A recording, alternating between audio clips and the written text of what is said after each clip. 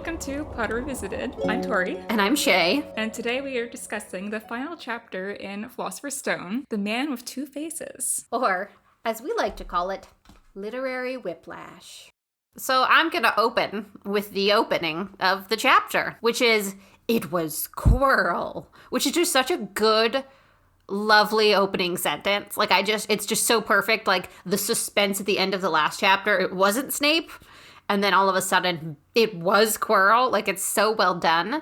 I think my only complaint with that is that in the formatting of the book I was reading, it's like the left side of the page was the first chapter, was the previous chapter ending, and the right side of the page was this chapter starting. And I feel like it would have been so much more satisfying if I had to turn the page after it wasn't Snape in order to see it was Quirrell, which is such a weird nitpicky thing, but like, it'd be so much more satisfying. Yeah, in the original, it's like that. But I was reading off the reprint with the new Scholastic covers that I got a couple years ago, and it does have it. It's a bigger font, so it does have it on like a new page, which is cool. Okay, because my edition that I'm using in right now anyway, it's the published by Canada in 2000 Raincoat Books. So yeah, love that reveal. My other early thoughts, based on just quite top of the page, is I love that Quirrell talks about Snape looking like an overgrown bat.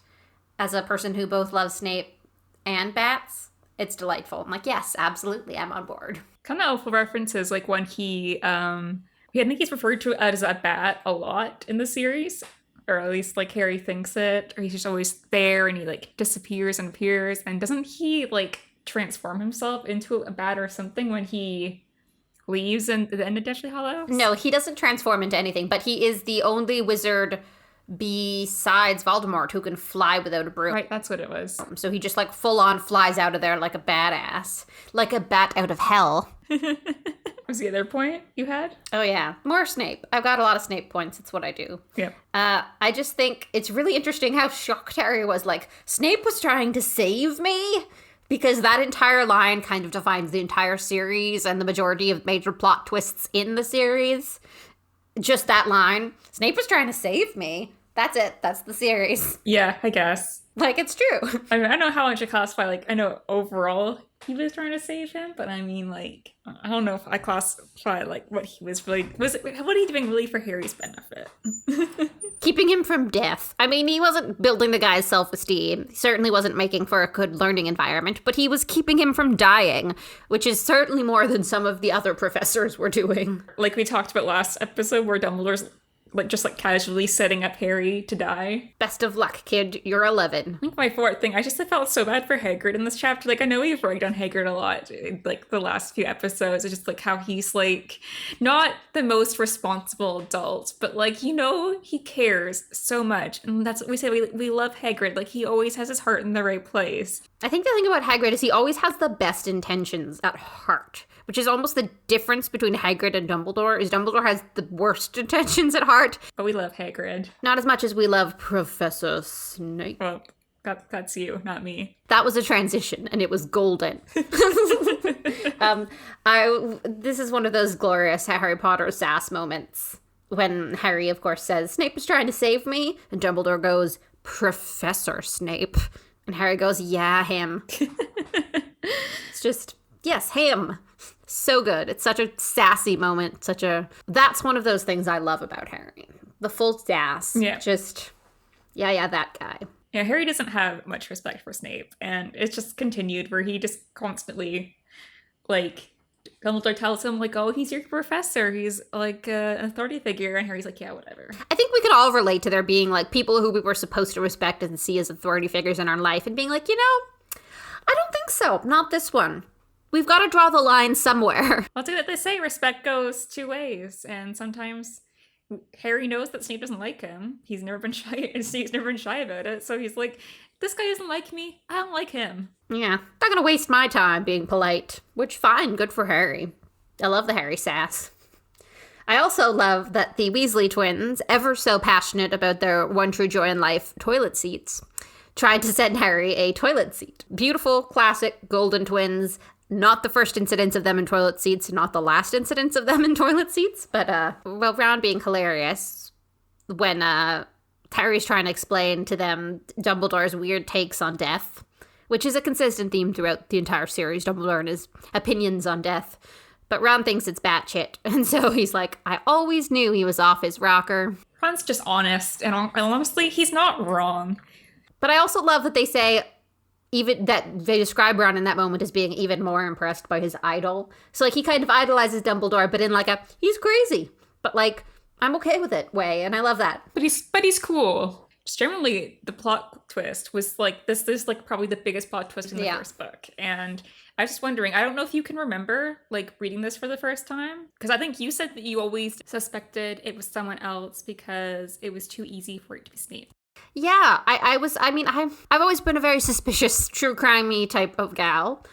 And I guess I just sort of, there's a part of me that he was always in the way, like Harry's seeing something happen. They describe Hermione knocking Quirrell over on her way to distract Snape at the Quidditch game. It just seemed too convenient. He was too often that person that just happened to be there. And, like, I don't know if it was a part of me just, like, not wanting the villain to have been Snape, because that would have been really boring and not an exciting novel end. So maybe that's part of why. And it was like, if it's not Snape, and it's not, like Snape is the sort of the only real option provided, kind of. So I had to look at other options, and if you kind of do that, Quirrell is the best option.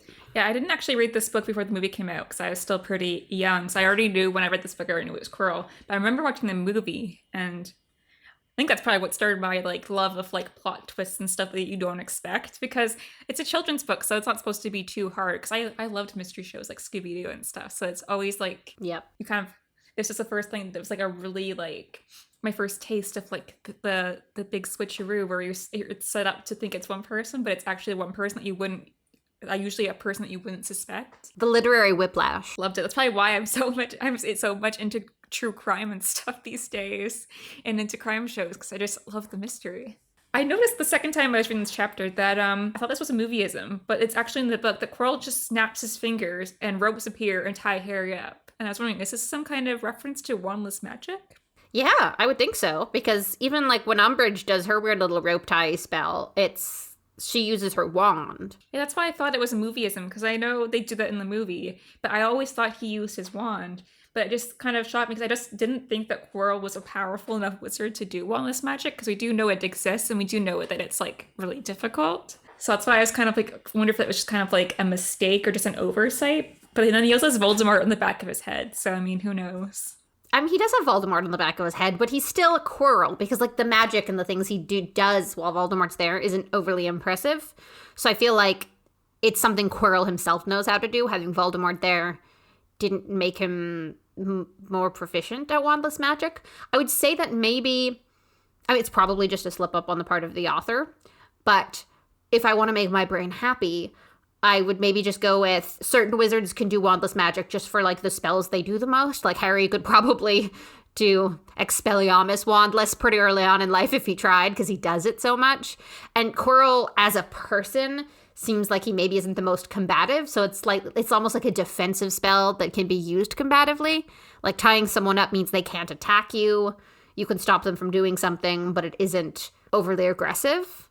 So, like, that kind of makes sense to me for Quirrell. And also, like, if he's out in Albania searching for wild creatures, maybe that's a particularly useful spell, because you can tie up the wild creatures. So maybe, like, he intentionally practiced that one, because based on what he was doing at the time, it would be very prevalent. Yeah, just think, I thought, because in the earlier ones, I always get confused with what's a movieism and what is real, because I do watch the movies, at least the first two, quite a bit. So moving on, we finally get the information that Snape and James Potter hated each other, and which is why Snape hates Harry so much.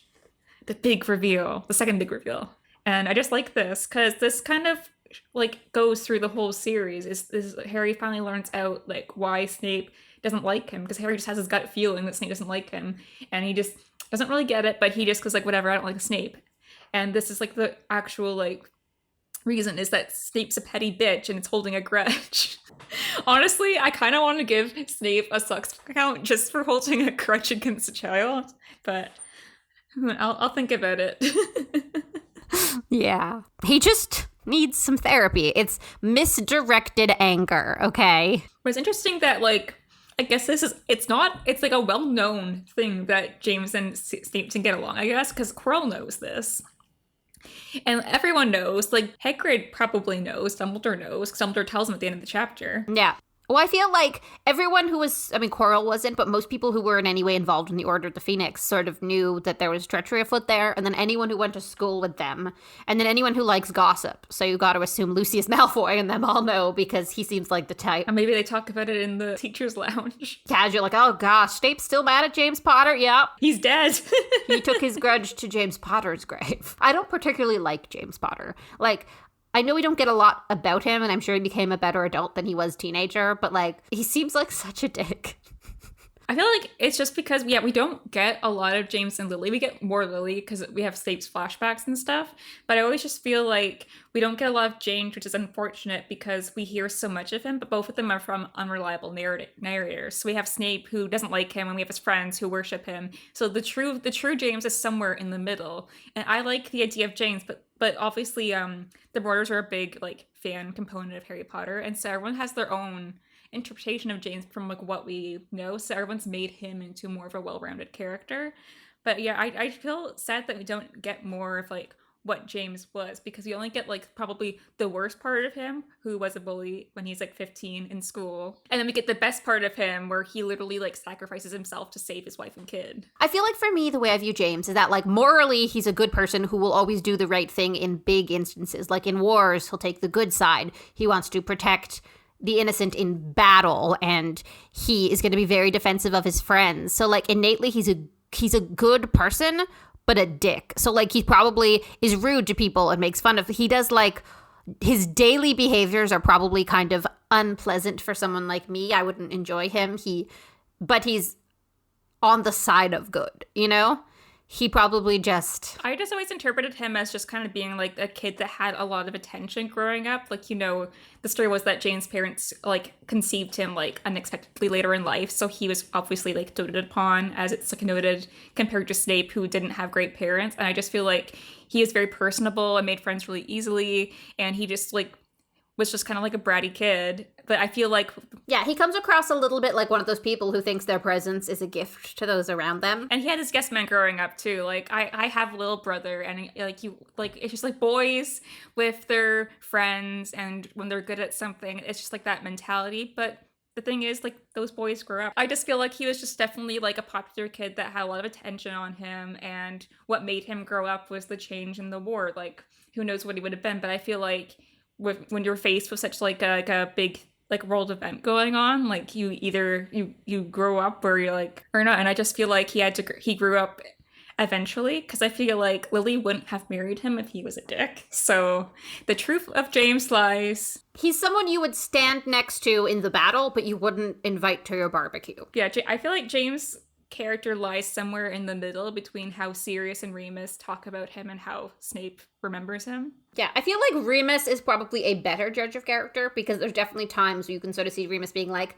yeah, he did some things. Well, because Remus actually grew into an adult, because when Sirius talks about him, Sirius was incarcerated for like 12 years, and so he's mentally probably 20. So James was his best friend, basically his brother. So he, like, basically, and he's dead, so he just worships him, and he won't tarnish his memory. But I feel like Remus basically grew up thinking his friend was a murderer, and he lost his one friend, and his other friend was dead. And I feel like he probably remembers things a bit more clearly because he grew up more normally than Sirius did. So yeah, somewhere in the middle is James Potter. And I do have my own version of him in fandom, who is a bit more fleshed out. And I think for me, as a Snape girl, part of me, like, wants to dislike James, which is awful. Like, Lily has every right to make her own choices, you know? So good for her, strong, independent woman. But I'm like, James seems like he would have picked on me in high school. So I don't think I like him, is basically, I think, what it comes down to. Yeah, I think there's characters that I like, but I would never be friends with because I wouldn't get along with them. But I just like their characters.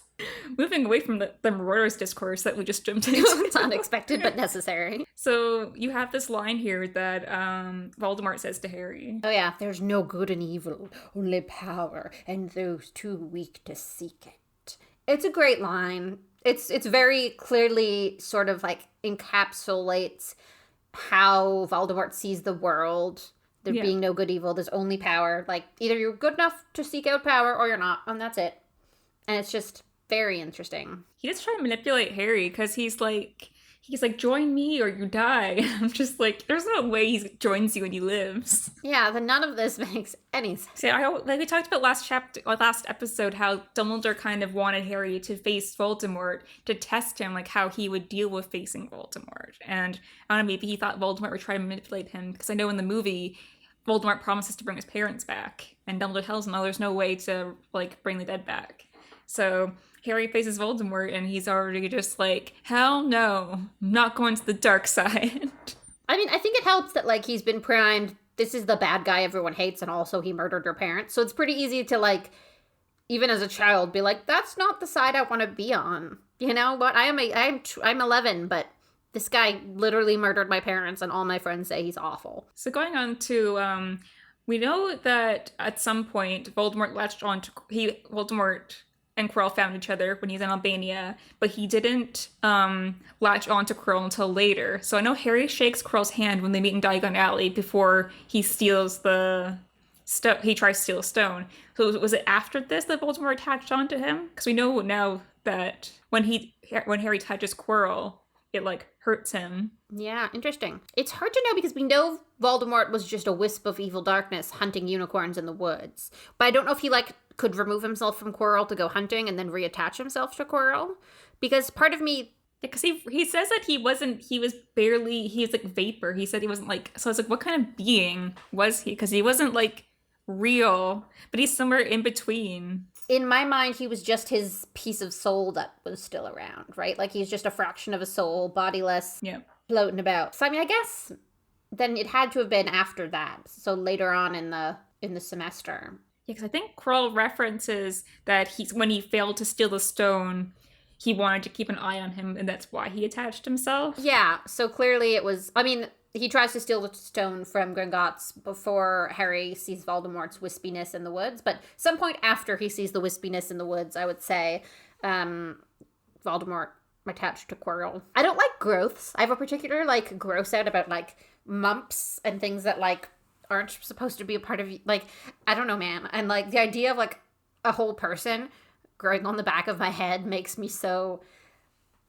the heebie-jeebies. I don't like it. And the way they describe it's actually kind of creepy. Just like a white face attached to the back of Quirrell's head with like blood red eyes and like a slit nose. Like it's creepy. It's gross. It's like a zit that can talk. I actually really liked Harry and Voldemort's like actually talking face to face because Harry has just learned like his whole past, like just this past year, just about what happened to him. And this is like literally coming face to the face with the guy who is the reason you don't have parents, like the reason why your life's been so awful. And he handles it really well. Like he doesn't just cry and shout, "You suck," which like I think probably 11-year-old me would have done. Yeah, we know Harry is scared because we have this like internal monologue about like him just trying to like stall and like freaking out because Voldemort's there.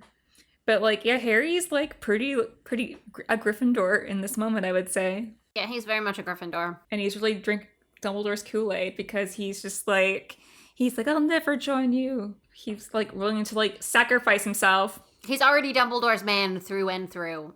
Very much. Voldemort thinks that Quirrell can kill Harry, which, I mean, don't blame him. Harry's a child, and he knows, like, 2 spells.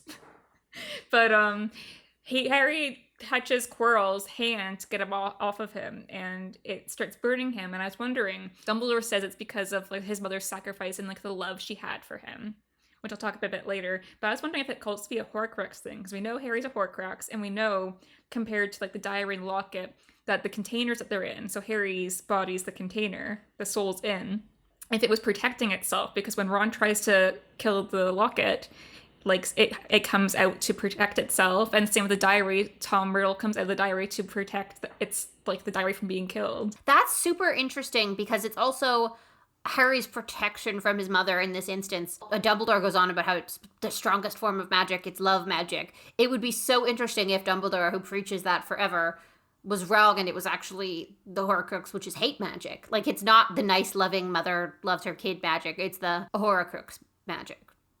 It's evil and murder, and that is what protected you in that moment. Like, that's so much more complex, and I like that better almost. Like, mothers love protecting you from death and stuff as well, but like there's something more wholesome about that than I need personally. I kind of like the you screwed yourself over and it's going to continue to screw you over. Well, it just looks like, because Voldemort tries to kill Harry for like the whole series and he never can because there's literally a part of him in it, and then when he does kill Harry, in quotations, it screws himself over because he just killed part of himself. It's literally, it's beautiful literary irony is what it is. The irony of him having done the thing that causes him all this trouble, you know? It was a self-fulfilling prophecy. That's for sure. He brought it on himself. And I like that more than just mother's love is that strong. No offense to everyone else, but... Dumbledore really preaches about that, but I never quite understood exactly how that works. It's just, it seems pretty vague, but I'll talk about that a bit later. But Harry wakes up in the hospital wing, and Dumbledore says that he was doing so well on his own, but he was passed out for 3 days. So, Dumbledore... What? I mean, like, you almost died, but you were doing really well up until the point where you almost died. At 11. Dumbledore has really questionable opinions on these things. And this is like the second Harry-Dumbledore conversation, like, face-to-face, because the last time was, like, when they had the mirror conversation. But it's just, like, Dumbledore's just so odd, and it's just, like, he comes out as very likable, but you just know in the back of your head that, like, he intended everything. Yeah, he absolutely, yeah. He's very culpable. It's like, it would have been negligent homicide if Harry had died. You know what I'm saying? Dumbledore would have been charged with negligent homicide or aiding and abetting from a criminal perspective. Dumbledore should be in Azkaban. Seriously? That's the episode title. Dumbledore should be in Azkaban. Lock him up. Probably, though. So you have a quote here from Dumbledore. I do. To a well-organized mind, death is just the next great adventure. It's such a Dumbledore thing to say. I was wondering if he's trying to phrase it because he may, at this point, kind of know that Harry has to die at some point, or he might be thinking maybe he will die at some point. So he's just kind of phrasing it like, dying's not that big of a deal. It's fine. I don't know if he, like, knows at that point that, like, Harry has the ability to sort of survive death again. I feel like it's more of a Dumbledore, like, buttering him up for the fact that, like, not he'll have to die, but he could potentially die as part of this, just, like, trying to fight Voldemort. Like, he's like, we want Harry, who probably knows there's a chance that he'll die, to not be worried about it. We don't want him to worry about his safety. We want him to worry about his job at 11 of killing a grown man. Yeah, because I loved this quote when I was a kid, but now looking back at it, I'm just like, is he trying to, like, he's trying to steer Harry into, like, doing what he wants. Yeah, being a Gryffindor. Being reckless. I also think it's Dumbledore trying to be funny a bit when he's like, oh, it's a complete secret what happened, so naturally the whole school knows. But my top concern is who the heck told them? Hermione and Ron were down there, but Hermione doesn't know what happened with Harry because she wasn't there, and Ron doesn't know what happened with Hermione and Harry because he wasn't there. So, like, no one knows what happened once Hermione turned around and left the room with the potions. So, who told them? Like, Dumbledore? I could just see Dumbledore spreading a rumor. Just casually started, like, telling everyone in school. You know how things spread around? Because, like, schools are like that. Like, once one person hears something, they tell it to their friends, and then someone overhears them telling their friends, so then another version of it. Absolutely. Like, I understand how they knew some of it, but it sounds like people knew a lot more than just the parts Hermione and Ron are present for. Right? And literally the only people who knew that at that point was Dumbledore and Harry, which meant Dumbledore went and told Minerva, and then Minerva told Flitwick. Dumbledore probably had to tell the teachers what happened, so they were, like, aware. Yeah. Okay, and then one of the teachers probably... Yeah, then the teachers probably were talking amongst themselves. Hagrid let it slip. Hagrid probably knew. Hagrid probably spoiled the whole thing. She's, like, crying about it, and everyone's like, oh... Okay. Harry almost died, and this is how it almost happened, and it's all my fault. Yeah, that checks out. Then there's the Weasley twins behind the corner taking notes, like, and then Ron did something. Oh, good for Ron. But you have the quote here, fear of the name only increases fear of the thing itself. I think it's very interesting that in the sentence in which Dumbledore says it's important to call things by their proper names, he neglects to call Voldemort by his proper name, which is Tom Riddle. I think it's particularly weird because when Tom chose that name, or the title of Lord Voldemort, he chose it in an attempt to distinguish himself as being superior to normal wizards. He's a lord, and it's associated with his sort of idea of being superior. So I think it's particularly strange that Dumbledore sort of respects that choice and uses that title, when I think Tom makes more sense, because a big thing about Dumbledore's view of Tom Riddle is that, in fact, he is just a human. He's a regular wizard. And in the book itself, he dies like a regular wizard. So I think it would have made more sense for Dumbledore to not sort of call out Harry for not calling Voldemort by his proper name when he himself, Dumbledore, neglected to do so. Well, it's the only name Harry knows. Harry doesn't know his name's Tom Riddle, which probably would have helped him for the next book if Dumbledore had actually told him that. Imagine if Dumbledore had shared valuable information. Before it became useful. Oh my god. But I was like, this is like the growth of Harry, because the whole book, he's being told about Voldemort, but he keeps messing up and saying the name by accident, and everyone there is like, oh, don't say the name, don't say the name. And he stumbles around it, and the name makes him, who kind of freaks him out. And Dumbledore's like, you know what? No, just call him Voldemort. It's not a big deal. It's like I think he's also trying to set up not to be afraid of Voldemort, because this is like the first time he's faced him, and he's like, you know what? Just call him by his name. And yes, but if you can survive him twice, you can call him Frank if it makes you happy. But I just think it's weird that in the sentence saying call him his proper name, he uses the name Voldemort. It's just an interesting choice. So Harry asks Dumbledore about why he survived, basically, and Dumbledore explains about Lily sacrificed herself, and because she sacrificed herself and she loved him, that he has protection from her, and it's why he has to live the Dursleys, etc., etc. And I really don't get that, because I feel like James sacrificed himself for Lily and Harry, so why weren't they both have protection? I just is there something else you have to do, or is it just between mother and son? I think it's the choice, because Snape's deal with Voldemort was don't kill Lily. And so I think Voldemort gave her a choice. He was going to kill James no matter what. James was going to be in the way. James didn't have a choice in Voldemort's mind. He's like, you don't have the option. I'm killing you. But he gave Lily an option. He said, get out of the way and let me murder your baby. Wonderful option. Or let me murder you and then I'll murder your baby. And because she had the option and she chose not to, is, I think, what makes it, I don't know. Because James probably didn't think the option existed. Not saying that he would say, yeah, sure, just go kill them. But the option wasn't even made aware to him. And no one would assume that option exists in that moment. But because Lily had that option to just... Yeah, that makes sense. Do we think that Voldemort actually would have spared Lily, though? Maybe if she... in an alternate universe where she actually lets him attempt to kill Harry, do we actually think he wouldn't do anything to her?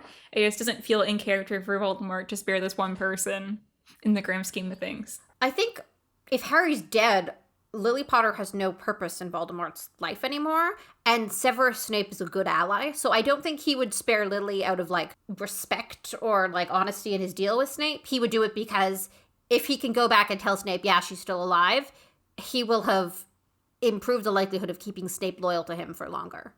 So he wouldn't do it because of the deal. He would do it because there's long-term benefits for him, Voldemort, having done that for Snape. Yeah, I just feel because Lily is Muggle-born, so she's everything he doesn't want a part of his new world. So I just feel I don't know if I really trust him to maybe he spares Lily at this one point, but in the grand scheme of things, she's not really spared. Yeah, I think the fact that Harry didn't die and she did special magic that James didn't do is sort of the support of the fact that she must have had the option. Because otherwise, like you said, it doesn't really make sense why James's sacrifice didn't really do magic special protectee. Gosh, my words are amazing today. Magic special protectee. One thing I wondered was, so Harry asks Dumbledore, the question we all want to know is, why did Voldemort try to kill him anyway? He was just a baby. What the hell? And Dumbledore was like, oh, I can't answer you that because you're too young. But I was like, could he not give him an age-appropriate answer? Because I just feel he delays telling Harry anything for so long. And even in the 5th book, when he says, I'll tell you everything, he doesn't even tell him everything. Not even a fraction of everything. Yeah. And all these things that happened to Harry could be prevented if Dumbledore just gave him a hint of information. And just kids are more resilient than you think, and he doesn't have to tell Harry, but he could just say there was a prediction made that a child would be born that would defeat Voldemort, or maybe not even that, just something that Harry can latch onto to give him context. Voldemort heard that a child born in this year is going to be a bad time for him, and he tried to get rid of you because he thought could have been you. And Harry could think he had already fulfilled the prophecy at that moment because he already got in Voldemort's way. Be like, all right, well, I've done it. Good work to me. Or he could just say that his parents were working like with against Voldemort's regime, and that's why he went there. Because that's part of the prophecy. Yeah, because Voldemort's a dick and you were a baby, and Voldemort hates babies. Like, I just feel like he avoids things, and he tries to tell Harry that it's because he cared about him, and I was like, bullshit. No. I don't think Harry's feelings have ever been a concern for Albus Dumbledore. So just touching on Snape and James rivalry, so Dumbledore tells Harry that like they didn't get along and basically compares them to Malfoy and Harry, but says that James saved Snape's life and then Snape couldn't forgive him because in the Wizarding World there's like the if someone saves you, you owe them like a debt. And then James died before Snape could refill that. But I feel like that's very much glossing over it, because Harry's literally saying Snape hates him. And Dumbledore's like, oh no, he had this thing with your father, just a little rivalry, not a big deal. And like Snape actively bullies him this whole year, and Dumbledore just brushes it off. He could definitely make Harry's life easier by telling Harry, like, Snape really hated your father, and he shouldn't be taking it out on you, but he is. And I need to have him around, so I'm gonna put up with it, despite how miserable it makes you and all the other students. Good talk. Like trying to make it... He's gaslighting Harry, is what he's doing. He's trying to make Harry feel like his feelings aren't justified by trying to minimize Snape's treatment of him, which is uncool. I, as a Snape fan, think it's uncool. Yeah, he's just basically dangling Harry and Snape, just doing what he wants with them, and just making them so uncomfortable for no reason. Yeah. I think I've sort of come to the conclusion with Dumbledore that everyone thinks he's really wise because he's really good at, like, one-liners or, like, sort of vague, insightful sounding opinions and stances on things, but he's not the brightest crayon in the box. He's not the yellow crayon. I think it's like what his brother says, is that he's, like, a smart guy, but, like, he is not compassionate to people. Like, obviously, he's very brilliant and all the magic he knows, but he doesn't think of people like normal people do. Like, they're expendable. So we talked about last episode how Dumbledore intended Harry and his friends to go face off of Voldemort and save the stone as some crazy thing because they're 11 and Harry was completely ready to die. And Ron actually picks it up. He's like, did you think that he meant for you to do it? And Hermione's like, what the fuck? That's terrible. But Harry's just kind of like, yeah, well, you know what? It's cool that he did it because he trusts me. And he just, like, keeps drinking the Kool-Aid, just like Hagrid. It really kind of feels like, it's the kind of thing where, like, when you're younger, if someone treats you like you're older, you feel really cool about it. You're like, that's the coolest person. And then you become older and you're like, that was grotesquely inappropriate. Like, that's kind of how I feel about it. Like, at the time as a kid, you think it's neat to be whatever, doing what you want and running around. And then as a grown-up looking back, you're like, that's negligent. I wouldn't let a child do that. Yeah. Like, Hermione's the only one that sees reason. Like, Ron and Harry are just, like, adrenaline junkies. So, like, that's cool. And Harry just, like, thinks that Dumbledore trusts him and he wanted to give him a chance to do it on his own. But I'm just like, you're 11 years old. This person could have killed you. You've been in a coma for 3 days. Like, this person's supposed to be looking out for you like an adult. And he, like, literally, like, almost got you killed. But he didn't die. Dumbledore must have known that's how it would go. It just worked out, I guess. So Hagrid comes to visit him, and apparently Hagrid's never drinking again. I'll believe it when I see it. Which I don't think lasts very long. Hagrid is self-aware enough to have known that alcohol had a negative impact on him and led to him giving up compromising information and risking the lives of people he loves. But it's legitimate addiction, and I think Hagrid should get some help after the Wizarding War because sad. He deserves to not be swayed. You know? So Hagrid gives Harry, like I said earlier in the episode, this photo album that he mailed all his parents' old school friends for pictures. So Harry has this whole album full of pictures because Harry's like never actually seen them besides seeing them in the mirror, which is really sweet. And it really like warms my heart because as a kid, I don't think you appreciate like all these memories and stuff, but I'm such a nostalgic person and I just love looking back at photos and stuff, and like my parents are still alive. So I can't imagine how much more it means to Harry actually having like a tangible object to hold on to that's his parents and like their lives and just seeing them. Seeing them happy, you know what I mean? Yeah. And like knowing they lived full lives and they had all these friends, yeah. It's kind of grotesque that no one beforehand sent him pictures of his parents. And I just know, I always question, like, why Harry didn't ask more, because obviously Hagrid, like, went out to all these people. I'm like, if, like, Hagrid knows all his school friends, why wouldn't, like, Harry, or, like, why wouldn't they reach out to him being like, here's a story about your parents when we were in school? I just feel like that's the kind of stuff that you love hearing as kids, is, like stories about your parents when they were, like, goofy or bad thing, embarrassing things they did, and Harry doesn't have any of that because his parents aren't around, and I just feel like he has this one thing. I don't think Albus Dumbledore would have let Hagrid do that, because then Harry would have all these other adult potential role models and figures he can, like, use to sort of feel close to his parent and potentially have, like, substitute father figures. And he didn't want that because Dumbledore wants to entirely fill that role himself, or have Hagrid fill it because he can entirely control Hagrid. It could make sense because Dumbledore keeps Harry very, like, reliant on him, Dumbledore, for information. Like, he doesn't tell Harry anything. I mean, if year one Harry started sending letters to Lupin, because Lupin sent him a letter being like, hi, I knew your parents. This is the crazy shenanigans me and her dad used to get up to. He's going to write back, and he's going to, like, build those bonds up, and then he's not, as in reliant on Dumbledore for, like, adult approval, but also he's going to get alternative sides to stories and understandings of things. And I think Dumbledore wants to make sure that he tailors every bit of information Harry gets in a way that will encourage him to do what Dumbledore wants of him. What a dick. Well, moving on, they go to the feast, and Ron gets some points. And Percy was, I just really like this because, like, Percy doesn't get along with a lot of his siblings, at least younger siblings. And I just like this idea of Percy boasting about his little brother, being like, oh yeah, he got past McGonagall's chess set. Like, my brother's amazing. And because that's what Ron wants. He wants to be, like, approved of. And I know Percy, bragged about. And I know he doesn't get along with Percy because Percy and him are very opposite. But I just feel like that's a pretty big deal for, like, this perfect brother. I feel like it probably hit Ron harder than the house points. You know? Like, he was probably like, the house points are fun and they're going to feel real exciting this year, but, like, he's going to carry Percy having been proud of something he did with him for the rest of his life.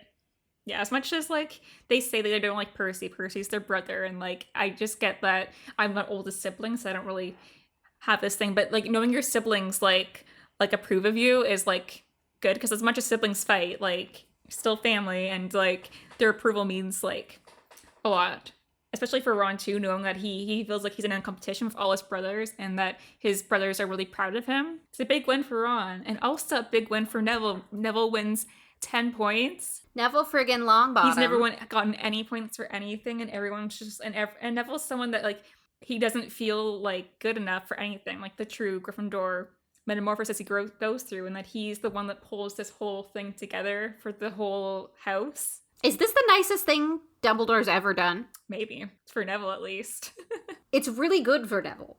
Like, it's good for Gryffindor, and, like, Neville should have had points. But, like, to list Neville last when they were tied with Slytherin, despite the fact that it's only 10 points, to have them be the most important 10, you know? Maybe Dumbledore was trying to, like, build Neville up, because you talked about last episode how he thought that Neville might be a part of the group, so we had that herbology thing that would have been perfect for Neville, but Neville didn't end up going. But he still, like, has Neville in mind for something, so he's still trying to build Neville up because Neville could be useful down the line, which he is. That's a very good point. I think it's probably he could be one of the people that helps Harry out to achieve the things I want. So I'm going to do what I can to, like, also start forming him into what I want him to be. I was going to say, I know we talked about Malfoy being little shit, and he is, but I kind of feel bad that Slytherin, like, basically played by the rules, they did everything right, and they ended up losing because Dumbledore changes his mind last minute. And he goes about it also in the most cruel and dramatic way. Like, it's the most exciting way for the Gryffindors, but he literally lists out the house points and says, well, Slytherin, I guess congratulations are in order. And then he's like, oh, wait. Like, he builds their hopes up just to pull them down. And I'm like, no wonder these poor children all turn out to be villains. Most of them. It's like, it's their villain origin story. All they do is get abused at school and mistreated, and, like, Dumbledore's fault all of them become Death Eaters. Like, how did you become a bad guy? Well, remember Dumbledore? Oh, Malfoy heard this and he's like, I'm gonna kill you. I also like the sort of the final moment, the final sentence in the book where Harry's decided that he's going to enjoy his summer because the Dursleys don't know about the no magic outside of Hogwarts grounds rule. So he's going to torture them psychologically all summer. And that's good for him. I love that. I mean, what is the point of family if not to psychologically torture each other? Always fun. I love psychologically torturing my family. So I just think wrapping up, we should do like a little book wrap up. What was your general opinion of the first Harry Potter book? Well, I like it. I liked it. It was a good read. I have a couple different closing thoughts. One of them is that I really like how basically Harry like builds up his strength and like beats a final boss at the end. Like it's very classic architecture of a story. It's almost video game-esque if you look at it, like the different levels. Yeah. Sneaking past Fluffy. Yeah, I remember playing this computer game as a kid. It's like this is level 1 and he beat the level 1 final boss and he's going to the next, and it's exciting. He's leveling up. Yeah. You can now do a spell, hypothetically, because again, I don't think he did a spell in the entire book, but I think going forward, we should count how many times he does a spell. We'll probably get sick of it pretty early on in the second book, but we should start doing that at least at the beginning of the second book to know when Harry does spells. We should honestly do a counter every time he does Expelliarmus. Oh my god. Yeah, we should definitely keep an Expelliarmus counter. That's great. Continue with our Snape sucks counter, or your Snape sucks counter. The total Snape sucks count for Philosopher's Stone is actually only 4. 4.5 if I add a little point just for him holding a grudge against James and taking it out on Harry for no reason. But surprisingly tame for me. I also have a couple questions to take with me, sort of. Like, what exactly are the requirements to teach at Hogwarts? If Dumbledore likes you or not. That's how it seems like. Yeah, it kind of seems like it's the only wizarding school in this sort of section of Europe. And so it's pretty prestigious to teach there. There's only so many teaching positions. And it feels like some of these people are underqualified. I'm going to say it. It feels like there's some underqualification going on. And certainly some questionable hiring practices, which we will continue to see as the series progresses. But it's weird. I also think it's cute that there was a chess game in it because it's just sort of a visual reminder of how Dumbledore sees Harry as nothing more than a pawn. Very true. Dumbledore's playing the game, and Harry might be more important than a pawn. I guess Harry is like, who's good in chess? Harry's the queen, but Dumbledore's the one playing chess. Moving him to where he needs to go. Using him as a tool to destroy the enemy. And building everything around him so that it's easier for him to do so. So, I guess I love lists. I could do some lists, like my power rankings. I could talk about who I think is the most powerful so far. Clearly Dumbledore. I mean, he hasn't actually done too much to show us, but we know that he's in charge, which is another kind of power. His authority adds a lot of magic. The fact that people we've seen do cool magic talk so highly of his magic adds to that. But also just, like, the amount that Voldemort is afraid of him, and the fact that, like, whatever he did after Harry passed out in the basement with Quirrell was so impressive and magical that, like, he doesn't even talk about it. We don't even need to know. He just Dumbledored it. The fact that, like, Dumbledore being there immediately is the solution to the problem. He's definitely painted as being the most powerful. Then I gotta say Snape. Like, he did to me, the most interesting of the tasks to get through to the stone. And also, he's the most brilliant politically, I guess, because he seemed like he was the one who was on to Quirrell. He was the one who was actively acting against Quirrell and trying to, like, figure out what's going on. It's like a quiet, like, power. Like, that he's, like, brilliant because of, like, the way that he did the logic test, which is something so completely different. Yeah. Yeah, he's like a political thinker. I think there's, like, definitely deeper level plotting that Snape does and, like, thinking things through in a way. But also just, like, the fact that the way he's described is kind of scary to me, but not in, like, an overtly scary, threatening sort of way. Like, to me, Filch is a person who is not strong and not powerful, but acts powerful. Like, I'll chain you up like this, and I could do this back in the day. He's definitely someone that overcompensates. Yeah, Snape is, like, the opposite. He's subtle. He almost undercompensates, if that makes sense. But, and then I would say the third most powerful is the back of Quirrell's head. It's a wisp of a person, but so I'm giving it third. McGonagall, I don't remember what she does, but it's awesome. Mini G is what you have on the list, and we should just start, we should call her that. I love that. I did write Mini G. My favorite prof, Mini G. And then, who did I put as fifth? Miss Norris. No, that checks out. Miss Norris is a very very, like, as a cat, powerful, can communicate with its owner, really clever, knows the rules of Hogwarts enough to know when it should be tattling on someone, knows who's suspicious. Yeah, her ability to find students making mischief. She like senses it. Yeah, I mean, Miss Norris is, I would say, fifth most powerful character. Yeah, I was wondering what were the best foreshadowing moments that lead into the rest of the series, because this book has a lot of foreshadowing for the end of this book, but there's also like hints of what's going to come. And the one I get is that Dumbledore says that Voldemort's not dead, but he has been stopped this time, but he will come back, which leads into there's going to be another book, and every book basically has Harry stopping Voldemort in his newest thing he's doing. Sort of, there's the foreshadowing early on with Hagrid when he says that some people say Voldemort's dead, but we don't believe it. And that they say that he's not really human, or maybe he's not entirely human anymore. That's a good foreshadow. You mentioned that Hermione mentions wolves, studying wolves for an exam. That could be a slight foreshadow for Lupin, as you mentioned. What else is a good I mean, like, I feel like the Weasley family sweater is a foreshadow of the fact that Harry... Like, it's a Weasley family sweater. That's what it's called. So to me, it's highly symbolic of the fact that he's going to end up being a Weasley. I mean, he becomes a member of their family pretty quickly, but it's a sign that that's going to be a thing.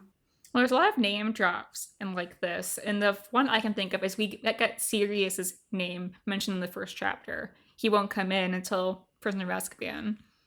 There's a few little things like that, like just little things. Nothing really, I don't think anything really huge comes up besides the Voldemort thing, because that's just going to be the ongoing part of the series that's setting up that there's going to be more books. But I think as we get into the next few books, there's going to be more things that kind of set up for the whole series. Will be interesting to look at.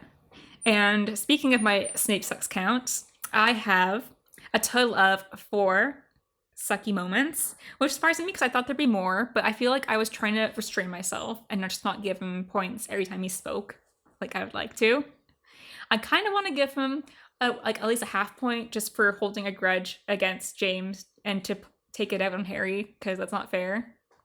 But I could probably wait till later because he probably does more sucky things that are more related to James. You know what? I have a new opinion, fresh opinion on Snape's hatred of James.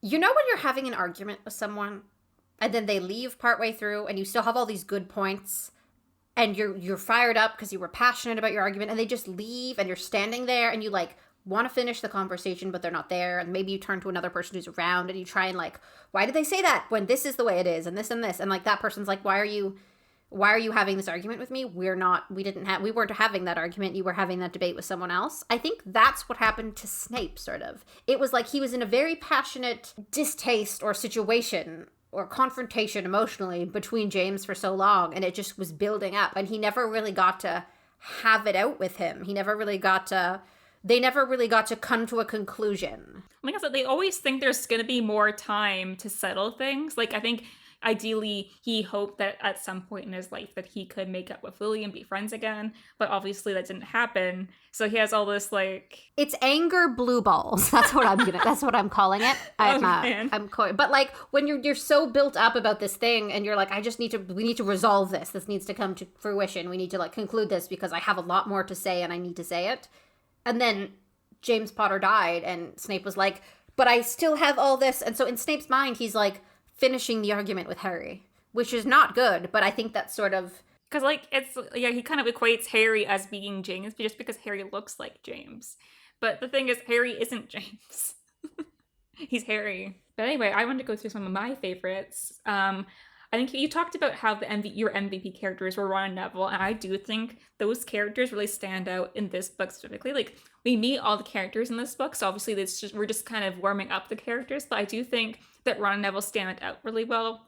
I think because of how Ron is portrayed in the movies, I just love reading more about book Ron and just how great he is, not even just as a friend, as a character, but just like all the information you get from him and just how like authentic it is. And I know Ron's kind of like wishy-washy in the fandom, but do love Ron, and I just love more how I always forget like how much the movies takes out of his character until I read the books again, and then you just remember like how much Ron does, and he's just a more authentic character than more of like a stand-in the movies. And moving back to Neville, I just think it's setting up Neville too, because he's just kind of this oddball out in the beginning. And I do think that it's like nice to see we get his full payoff in the last book, but just to see like how far he's already come from starting Hogwarts to how he ends the year. And I just think he has so many more standout moments, but like he's going to get there, and his metamorphosis is going to be beautiful. He's going to be a beautiful butterfly. But some of my favorite moments were